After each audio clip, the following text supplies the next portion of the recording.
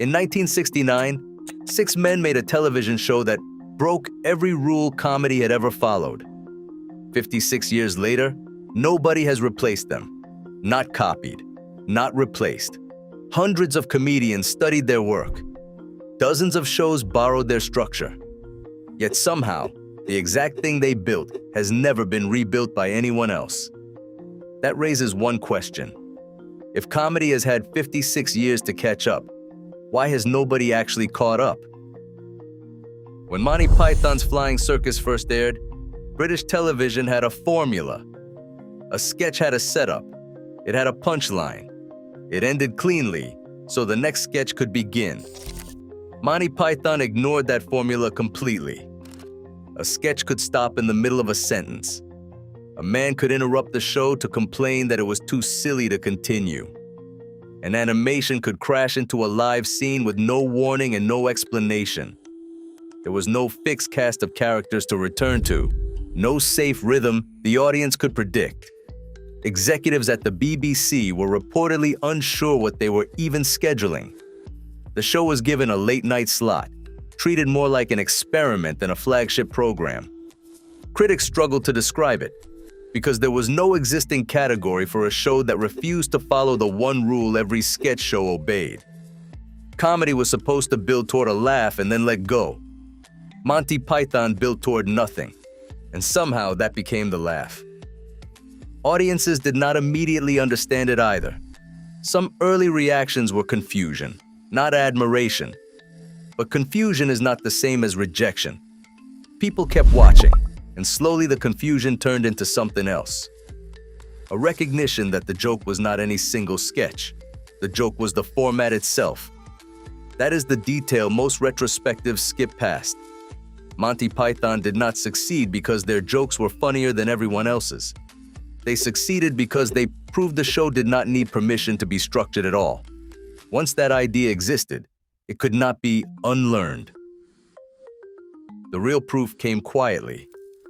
It did not happen in one show or one moment. It happened as more comedians started taking the same risks. Sketches no longer needed traditional endings. Strange transitions stopped feeling strange. Shows trusted audiences to follow ideas without explaining every step. Nobody announced that comedy had changed. There was no meeting where television decided to rewrite the rules. The change spread one show at a time, until what once looked experimental simply became normal. By the time audiences noticed, Monty Python's fingerprints were already everywhere. Fast forward 2 decades, and the influence starts appearing everywhere. Saturday Night Live embraces sketches that no longer need traditional endings. The Simpsons lets jokes break the fourth wall without stopping to explain them. South Park turns its own chaotic logic into part of the comedy itself. Key and Peele pushes a single idea until the absurdity becomes the joke. Even Mr. Bean proves that a comedy does not need dialogue when the visual idea is strong enough. Different countries, different audiences, different styles, the same creative permission. None of these shows are doing a Monty Python sketch. That is the important detail. They are not recycling material. They inherited a permission structure instead. Comedy no longer had to explain itself, justify its logic, or protect the audience from confusion. It could exist on its own terms and trust people to keep up, without walking them through every step of the joke first. If Monty Python had only produced great jokes, this influence would have faded by now. Jokes age quickly. A punchline from 1969 does not land the same way in 2026. But formats survive much longer than jokes do, and the format they invented is still active underneath comedy that looks nothing like them on the surface. Every time a modern show lets a joke end without explaining itself, that decision traces back to a choice 6 people made on British television more than 50 years ago. Before we get to why that format never got replaced, it helps to understand what happened to the people who built it. If you enjoy the stories behind comedy's biggest names, subscribe. The next one is waiting for you on this channel. By the mid-1970s, the group was already beginning to pull apart. Different ambitions led in different directions. Terry Gilliam wanted to make films. Eric Idle pursued music and solo projects.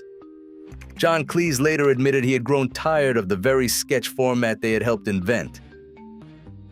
There was no dramatic breakup, just years of growing distance, interrupted by occasional reunions that reminded everyone why they had worked so well together in the first place. Then the losses came. Graham Chapman died in 1989. Terry Jones followed in 2020. Public tensions between some of the remaining members only widened the gap. On paper, Monty Python should have quietly become another legendary comedy group, remembered mostly for nostalgia. Instead, something stranger happened. Here is the part that actually answers the question. Being influential and being replaced are not the same thing, and confusing them is where most retrospectives get this story wrong. Plenty of comedians borrow pieces of what Monty Python built. The refusal to explain a joke, the willingness to let a sketch collapse instead of resolve, the confidence that an audience would follow a bit with no clear rules. Every show mentioned earlier took one of those pieces and built an entire career around it.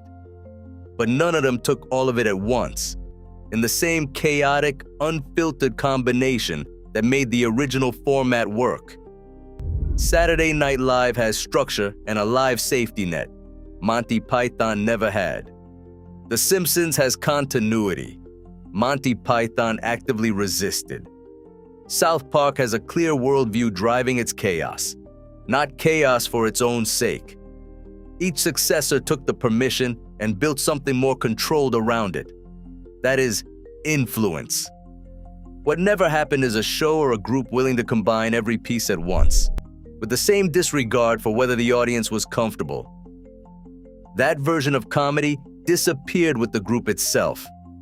Not because later comedians lacked the talent to copy it, but because they never had the same 6 personalities colliding at exactly the right moment. They also never had the same television environment, where a public broadcaster was willing to hand complete creative freedom to a group determined to ignore every rule. It was the combination that could never be recreated, not any single performer. 56 years later, the shows that followed proved the ideas were sound.